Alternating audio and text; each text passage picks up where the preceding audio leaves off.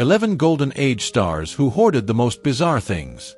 Beneath the polished charm and picture-perfect personas of Hollywood's Golden Age stars lurked a far stranger truth. Some of the most glamorous icons of the silver screen were also secret hoarders with the most bizarre collecting obsessions you've never imagined. These weren't light-hearted hobbies or passing interests. No, these were all-consuming fixations that swallowed up their mansions, emptied their bank accounts, and peeled back the mask of fame to reveal something much more fragile beneath. In this eye-opening journey, I'm revealing the strangest, most jaw-dropping collections these stars kept hidden from the world. Think closets bursting with thousands of untouched designer gowns, libraries guarded like fortresses, or even collections so rare they could have bought an entire studio. One legend on this list, wait until you hear number 4, was forced to auction off his beloved collection in one of the most heartbreaking financial collapses in Tinseltown history. But what drove these stars to collect with such obsession? Was it the lingering pain of a poor childhood? The deep loneliness fame never filled? Or something even more haunting, the desperate need to hold on to something real in a world built on illusion? Stick with me, because these true stories don't just pull back the curtain, they tear it down. You'll see the icons of yesteryear not as flawless screen gods, but as deeply human souls, grappling with insecurity, searching for identity, and trying to anchor themselves in a world that only loved them for what they pretended to be. Vincent Price, the horror king who built a hidden empire of beauty. I sometimes feel that I've given my life to the public. My art collection was something that was mine alone. While Vincent Price chilled audiences in House of Wax and The Fly, his true obsession lived far from the camera's gaze. Behind the Scream King facade was a man quietly amassing one of the most astonishing and subversive art collections in Hollywood history. Over his lifetime, Price acquired more than 9,000 works of art, worth millions, at a time when collecting art was considered snobbish, even laughable, in showbiz circles. But Price wasn't chasing status. He was building a sanctuary. Unlike traditional collectors who prized only European masters, Vincent sought out Native American carvings, pre-Columbian relics, and the raw genius of unknowns like Jackson Pollock, artists the elite dismissed as primitive. For Price, this wasn't just collecting. It was quiet rebellion. It all began with a single painting he bought as a struggling actor for $37.50, paid off in painful $5 monthly installments. That small sacrifice ignited a passion that would sometimes eclipse his acting. He even took horror roles he hated just to fund his next piece. "I've been forced to play monsters to finance beauty," he once told a reporter. But perhaps his boldest move came in 1962, when he partnered with Sears to bring fine art to the American middle class. In an era where galleries felt cold and elitist, the Vincent Price collection sold thousands of original artworks in Sears stores for under $200. Over the next decade, more than 50,000 families brought home real, curated art, thanks to a man who believed beauty should never be locked behind velvet ropes. As he aged, Price's home became a labyrinth of canvases and sculptures. Friends described navigating narrow walkways through towering stacks of masterpieces. His second wife once joked that she left because "I was competing with 9,000 works of art and losing." In the end, Price didn't donate his collection to the Met or the Getty. He gave it to East Los Angeles College, insisting it be used for teaching, not stored away for elite eyes only. Because to Price, art wasn't about ownership. It was about access, about wonder, about sharing the beauty he had sacrificed so much to preserve. When asked why he stayed in horror instead of chasing more respectable roles, he simply said, "Monster movies built my collection, and my collection will outlive every monster I've ever played." He was right. The screams have faded, but the beauty he left behind still speaks volumes. Debbie Reynolds. Debbie Reynolds, the woman who tried to rescue Hollywood's fading memory. "I always believed the costumes and props were just as important as the stars who wore them," she once said. But in 1970, when MGM cleared out its legendary costume warehouses in a 3-week auction, most of Hollywood turned a blind eye. Debbie Reynolds didn't. She was the only major star who showed up, and what began as simple curiosity soon spiraled into a lifelong mission and a personal downfall. While the studios carelessly tossed aside cinema's golden relics, Reynolds saw history slipping through their fingers. With her own money, she began buying everything she could. Marilyn Monroe's iconic white dress from The 7-Year Itch, Dorothy's ruby slippers from The Wizard of Oz, Charlie Chaplin's bowler hat. By the time she was done, She had saved over 3,500 priceless pieces of film history, treasures that would have otherwise been lost forever. "They were throwing away our heritage," Reynolds said. "I couldn't just stand by." But what the public didn't see was the cost of that conviction. Her passion became a burden, financial, emotional, and personal. Maintaining the collection meant paying over $100,000 a year in warehouse storage, plus insurance and conservation costs that drained her savings. Her homes became museums, hallways lined with mannequins in vintage gowns. Her daughter, Carrie Fisher, recalled growing up surrounded by Marilyn Monroe's dresses and Judy Garland slippers.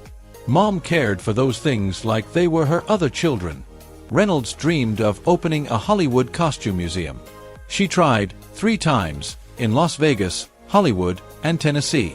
Each attempt ended in heartbreak, failed deals, foreclosed buildings, investors backing out. Her final effort left her millions in debt. And in 2011, at age 79, facing bankruptcy, she was forced to do the unthinkable: sell her beloved collection. The 7-year itch dress alone fetched $4.6 million. But the loss was incalculable. After the final auction, someone saw her sitting alone on the warehouse floor, surrounded by empty display cases. "These weren't just costumes," she whispered. "They were pieces of my friends, my industry, my life."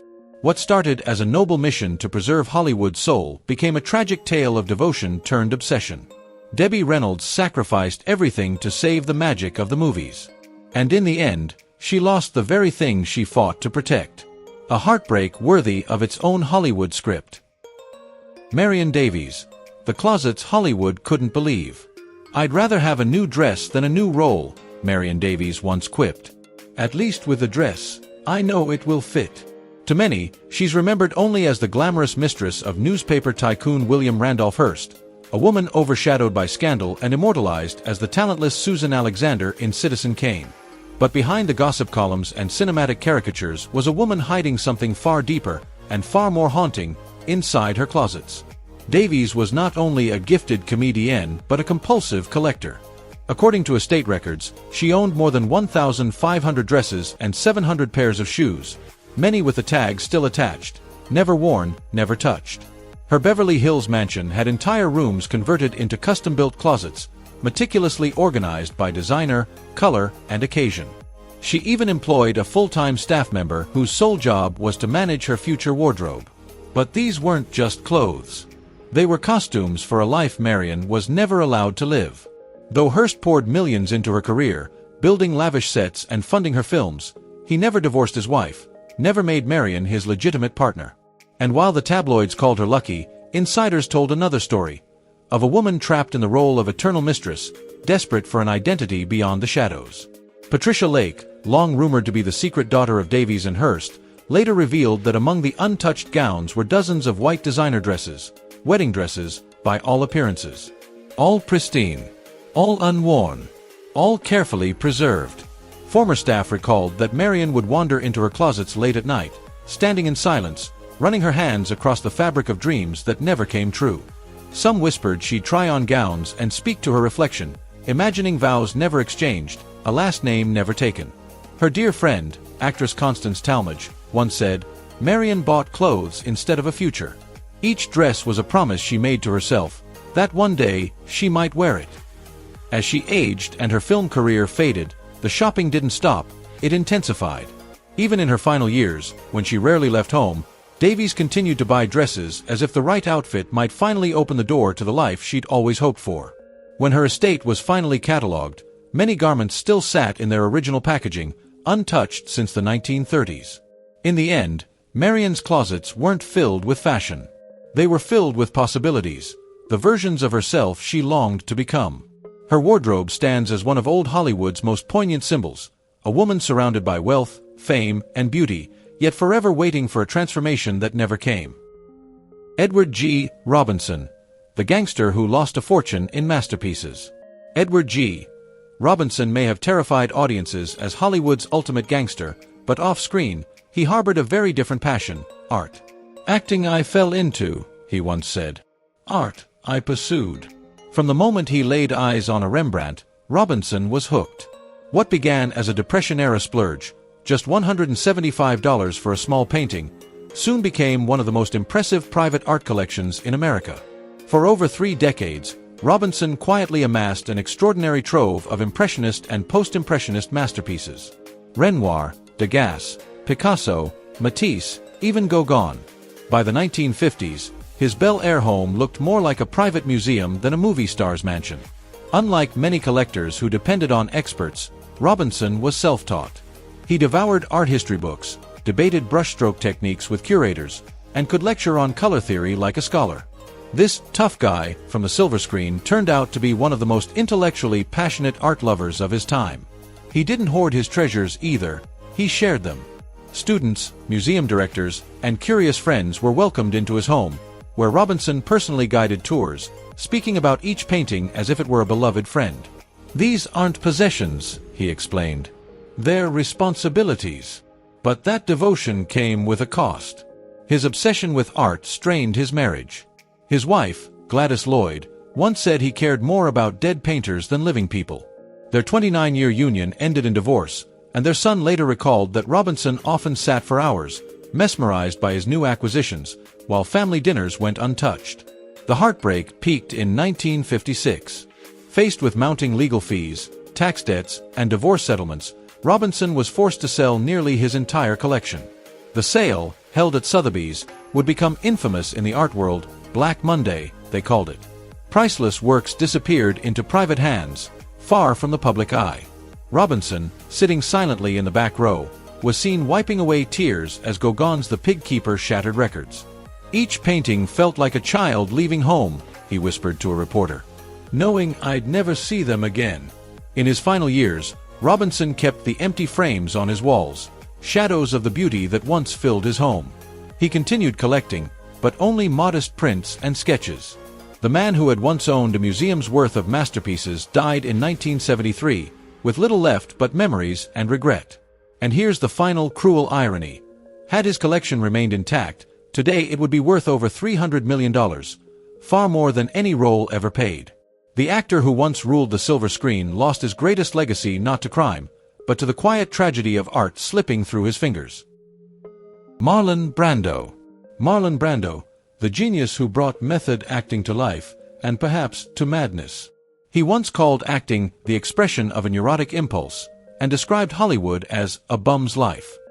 But what Brando brought to the screen was nothing short of revolutionary. With searing, raw performances in A Streetcar Named Desire and On the Waterfront, he redefined what it meant to be real on camera. Yet behind the brilliance was a man unraveling. In his later years, those close to him say Brando developed severe hoarding tendencies. His once grand Mulholland Drive estate gradually morphed into what one visitor described as a claustrophobic maze of forgotten objects and scattered memories. His collecting came in phases. In his early years, it was books, volumes on acting, philosophy, and the craft of theater. During the height of his activism in the 1960s, his attention shifted to Native American and African ceremonial artifacts, masks, drums, spiritual relics. But by the 1970s, the lines blurred. Electronics, unfinished scripts, foreign trinkets from Tahiti, and random curiosities piled high. Jack Nicholson, Brando's neighbor and friend, once joked that Marlon spent 3 days searching for his lost Oscar, only to find it buried in a stack of newspapers. True or not, Nicholson's tale echoed a deeper truth many have confirmed. Brando's home had become a labyrinth of emotional clutter. The most haunting part? Brando was a lifelong student of Zen Buddhism, often preaching the virtues of detachment from material things, yet his life told a different story. A man who stripped away pretense on screen was, in reality, buried beneath layers of chaos, contradictions, and loneliness. After his death in 2004, it reportedly took months to sort through his belongings. And while some accounts may exaggerate for effect, what remains undeniable is this: Marlon Brando, one of cinema's most transcendent actors, left behind not just a body of unforgettable work, but a tangled portrait of a soul forever at odds with itself. Jane Mansfield, a life drenched in pink. To Jane Mansfield, pink wasn't just a color, it was a statement, a sanctuary, and a spectacle. While the world saw her as the poor man's Marilyn Monroe, Mansfield carved out her own unforgettable niche, one drenched entirely in blush and bubblegum. "Men are those creatures with 2 legs and 8 hands, she once quipped, her tongue-in-cheek femininity perfectly matching the image she built, most iconically through her home, the now legendary Pink Palace. It all began in 1957 when she bought a Mediterranean-style mansion at 10,100 Sunset Boulevard. But beige walls and modest finishes wouldn't do. Jane launched into a full-scale pink transformation, turning the 40-room estate into a living monument of pastel fantasy. There was a heart-shaped swimming pool tiled with golden words, "I love you, Janie." Pink shag carpeting blanketed the floors. The bathroom featured a heart-shaped pink bathtub. Her bed was swathed in pink satin under a matching canopy. Even her phones, and her fleet of Cadillacs, blushed in custom pink. Unlike others who hid their obsessions behind closed doors, Mansfield turned hers into performance art. Photographers were always welcome. Every new pink edition was another page in her carefully curated fairy tale. It wasn't just about aesthetics, it was branding before Instagram, identity built in color. While her Hollywood career struggled to soar as high as Monroe's, Mansfield doubled down. If she couldn't be the brightest star, she'd be the pinkest. But beneath the glamour lay something deeper. In private moments, Jane reportedly admitted that pink reminded her of childhood safety, a comfort she lacked growing up. In a world of chaos, she built her own candy-coated universe, one where everything made sense, where everything matched. As the film rolls faded, her obsession only grew more intense. By the time she tragically died in a car crash in 1967, her Pink Palace had become less of a home and more of a living time capsule, overflowing with pink artifacts cataloged in her personal inventory. Though the mansion was eventually demolished in 2002, salvaged pieces live on in collectors' hands. Her pink chandeliers, bathroom fixtures, and pool tiles became relics, carrying her legacy forward, one rose-tinted memory at a time. Jane Mansfield may not have conquered Hollywood like Monroe, but she built a world so dazzling, so unapologetically her, that it still sparkles in pop culture's imagination. She didn't just live in pink, she became it. Harold Lloyd, the silent star who saw the world in 3D. To the world, Harold Lloyd was the fearless funny man dangling from clock towers and scaling skyscrapers, a silent film icon who once said, "A picture without a laugh isn't worth the celluloid it's printed on." But behind the laughter, Lloyd harbored a secret obsession that very few knew about, an extraordinary passion for 3D photography. At the peak of his fame in the 1920s, what began as a hobby turned into a lifelong fixation. By the time he passed away in 1971, Lloyd had quietly amassed over 300,000 stereoscopic images, along with an astonishing array of vintage cameras and viewers, making his collection one of the largest and most significant in the world. He photographed everything: sweeping landscapes, historical events, intimate Hollywood moments, even behind-the-scenes images of his fellow stars. Some images were bold and risque, as adult stereoscopic imagery was not uncommon among collectors of the medium. But what truly set Lloyd apart was not just the volume of his archive, but the vision behind it. As the spotlight faded in the 1930s, Lloyd leaned deeper into his private world of 3D. He transformed entire rooms in his 44-room estate, Green Acres, into darkrooms and storage vaults, meticulously cataloging and preserving his images like a man trying to hold time still.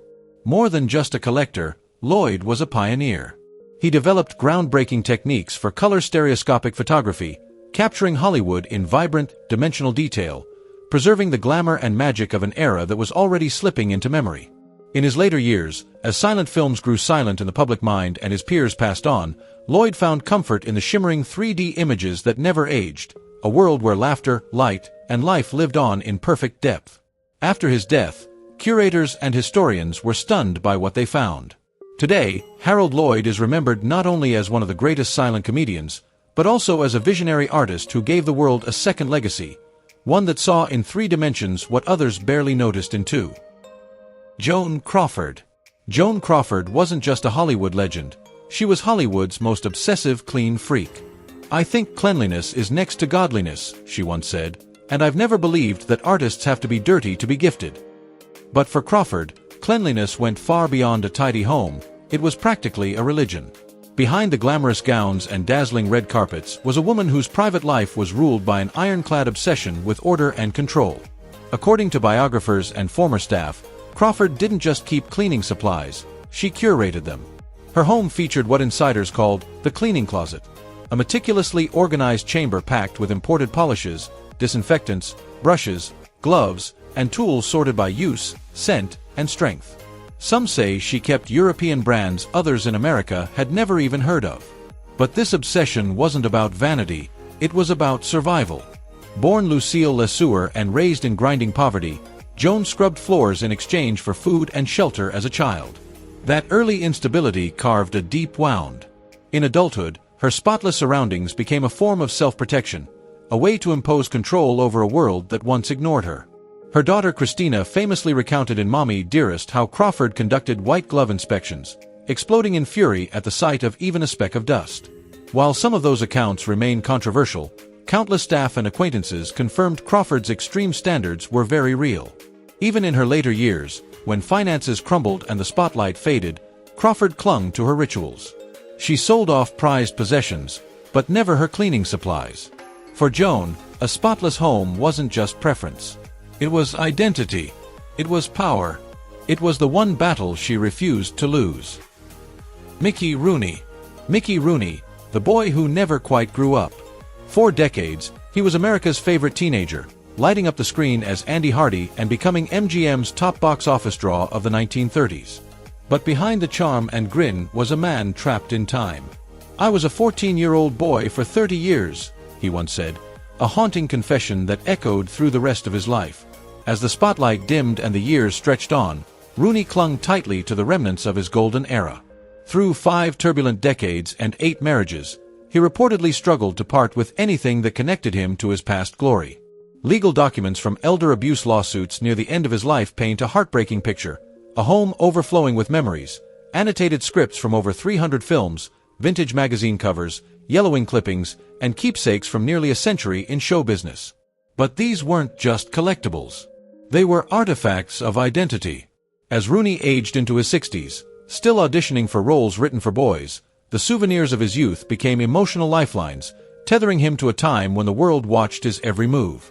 Caregivers and court testimony revealed he kept detailed journals throughout much of his life. Though the contents remain sealed, their mere existence speaks volumes about a man trying to make sense of fame, loss, and time. When Rooney passed away in 2014 at the age of 93, sorting through his belongings was no simple task. Beyond the clutter were bitter accusations of financial exploitation and betrayal within his own family. In the end, his story is more than one of stardom. It's a cautionary tale of how childhood fame can cast a shadow that lingers for a lifetime, turning memories into both comfort and burden. Carrie Grant, the suave screen legend with a secret love for books. Everyone wanted to be Carrie Grant. Even Carrie Grant once said, "I wish I was Carrie Grant." On screen, he was the embodiment of charm, wit, and sophistication. But behind the tuxedos and dazzling smile was a man consumed not by fame, but by books. Beneath the Hollywood polish lived a quiet bibliophile, endlessly curious, constantly learning, and deeply driven by a desire to reinvent himself from the inside out. Born Archibald Leach in working-class Bristol, England, Grant had little formal education and carried that insecurity with him throughout his life. While audiences saw a perfect gentleman, behind closed doors he was obsessively self-educating, building a massive personal library that reflected a lifelong quest for understanding. According to biographers and his ex-wife Betsy Drake, Grant wasn't just reading to impress, he was reading to evolve. What fascinated him most weren't just the ideas in books, but how others reacted to them. He collected volumes rich with marginalia, handwritten notes from previous readers, as if searching for conversation within the pages. Drake remembered him being more captivated by how people had emotionally or intellectually responded to a book than by forming his own judgments. His shelves weren't filled with light reading. Grant devoured works on psychology, philosophy, hypnosis, and Eastern spirituality. He used hypnosis to battle personal anxieties and turned to meditation later in life in pursuit of inner peace. To many, he was the ultimate example of elegance. To himself, he was a man still searching for identity, an actor not just playing roles on screen, but studying human nature to understand his own. After his death in 1986, parts of his private library were donated to academic institutions, where they still whisper the story of a man far more complex than the characters he played. Cary Grant may have created the perfect image for the world, but it was through books that he quietly pursued the deeper truth of who he really was. Boris Caroff, the monster with a gentle obsession. "The monster was the best friend I ever had," Boris Caroff once said. To millions, he was the face of terror, Frankenstein's monster, lumbering and lifeless-eyed. But away from the cameras, Caroff nurtured a passion so delicate, so opposite his on-screen persona, that studios tried to keep it hidden. He was one of the world's foremost private collectors of rare orchids. Caroff's obsession bloomed in the shadows of fame. After his chilling breakout role in 1931's Frankenstein, he found himself typecast as a creature, burdened by heavy prosthetics, painful arthritis, and the growing pressure of playing monsters. In search of peace and purpose, a fellow British expatriate introduced him to orchid cultivation. What started as a quiet escape from Hollywood's glare quickly blossomed into a lifelong devotion. At his Coldwater Canyon estate, Caroff built custom greenhouses to house hundreds of rare orchid species. His care was meticulous, his knowledge vast. Yet Universal Studios executives discouraged the hobby, fearing that images of the gentle gardener would clash with the monstrous brand they had so carefully crafted. When fan magazines came calling for photo spreads, the greenhouses were deliberately left out. Behind the scenes, however, orchids became essential to Caroff's life. He negotiated filming schedules around their care, even writing special clauses into contracts to ensure his most sensitive specimens were tended to while he was away. For Caroff, this wasn't just a hobby, it was healing. Born William Henry Pratt to Anglo-Indian parents, Caroff faced lifelong prejudice over his mixed heritage. Perhaps it's no surprise that he found kinship with rare, misunderstood plants, unique, beautiful, and often overlooked. His care for them mirrored a deeper yearning for control, peace, and personal identity in an industry built on illusion. His expertise didn't go unnoticed. The Royal Horticultural Society welcomed him as a member, publishing his writings, quietly, under his birth name, to avoid tabloid sensationalism. Several orchid varieties were named in his honor, immortalizing the monster's gentle touch. During World War II, as bombs fell on London, Caroff arranged for precious orchid specimens to be shipped from Britain to his California garden for safekeeping. After the war, he generously returned specimens to help rebuild Europe's botanical collections. Even as arthritis ravaged his body, he adapted special tools so he could continue the delicate work of orchid care. When Caroff passed away in 1969, his beloved orchids were donated to botanical institutions around the world. His legacy, it turned out, wasn't just made of screams and shadows, but also of petals, peace, and preservation. Caroff's story is just one example of how collecting offered Hollywood stars a rare escape, a piece of truth in lives dominated by studio control. For Vincent Price, it was tribal art. For Debbie Reynolds, preserving Hollywood history. For Joan Crawford, hoarding gave her a sense of security she never had as a child. These weren't just celebrity quirks. They were emotional lifelines, acts of preservation, quiet rebellions against the roles they were forced to play. So next time you watch a classic film, remember, behind every silver screen legend is a very human heart, clinging to something real. Vincent Price, carefully arranging artifacts after a day of filming horror. Debbie Reynolds, mortgaging her home to save Hollywood's costumes. And Boris Caroff, the monster who cradled orchids like fragile secrets. What unexpected collection do you think your favorite classic star might have kept? Let me know in the comments below.